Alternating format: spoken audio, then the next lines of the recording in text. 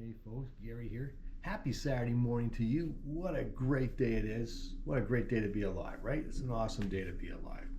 Hey, I've got two stories for you today. We're talking about being a blessing to God. God's already a blessing to us, but what it means to be a blessing to God.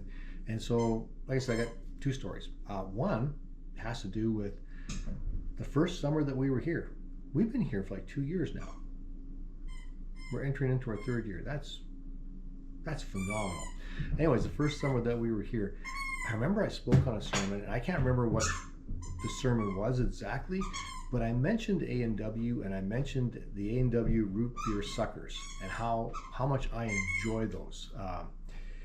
And after the service was over and we said goodbye to everybody, Rick and Joey got on their motorcycles and went for a ride. And there's no A&W in Whitewood, so they I think they went all the way to Moosomin. That's like a half hour away from here. Went to that A&W and did what they did, and they didn't have any, and so they went to the next. I'm not sure where they went to, but they went to another town, and I think they found them there, and then they came all the way back here and gave the root beer suckers to myself and Aiden.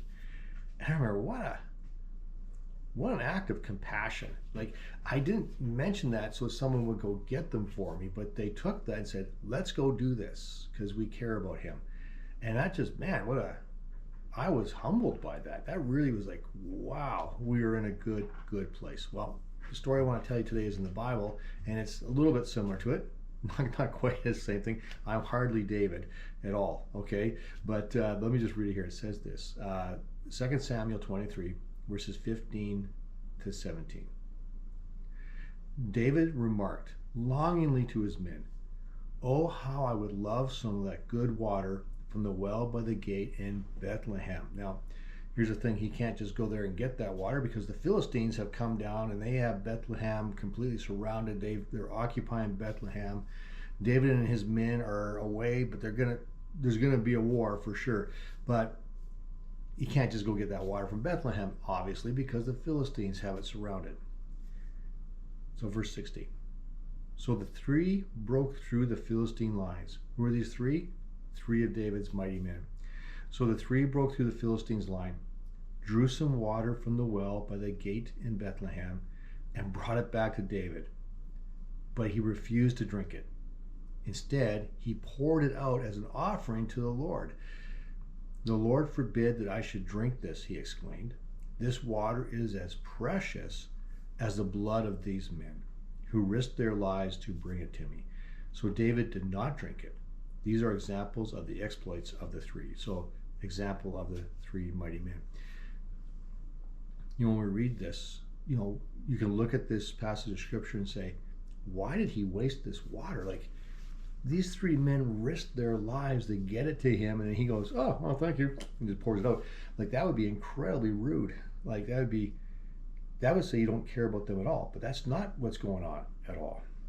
Instead, he says, these men are so incredibly valuable to me, and yet they risked their lives to go get me a drink of water. I am not worthy of that sacrifice, is what David has said. I am not worthy of these men, and I'm not worthy of this sacrifice. This is too valuable for me. It's way too valuable for me. And so he gives it to God. He pours it out as an offering to God.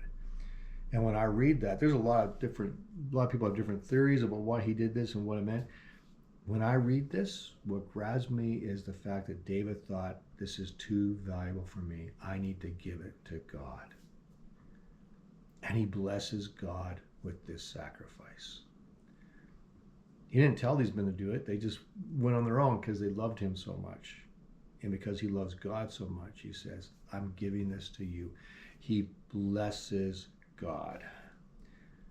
Going back to my story, I didn't give the suckers away and say, "Oh, this is too good for me," and sacrifice them. I actually ate them because I liked them. But when I read this, I think maybe I should have. Maybe I should have blessed God with them. There's something about blessing God. Does God need the water that David pours out? No. Does it change anything for God? No. But it changes David's heart as he blesses God, and God is blessed. He is pleased with the offering that David gives to him. Wow, that's remarkable. Hey, it's Saturday. I want to invite you to church tomorrow morning. I don't know where you go or what town you're in or what city you're in or what country you're even in, but wherever you are, find a good church to go to tomorrow morning. Go in there and hang out, worship God with the group that are there. That's a blessing to God. Worship God. Listen to the words spoken about God. That's a blessing to God. And hang out with one another and enjoy each other. That's also a blessing to God.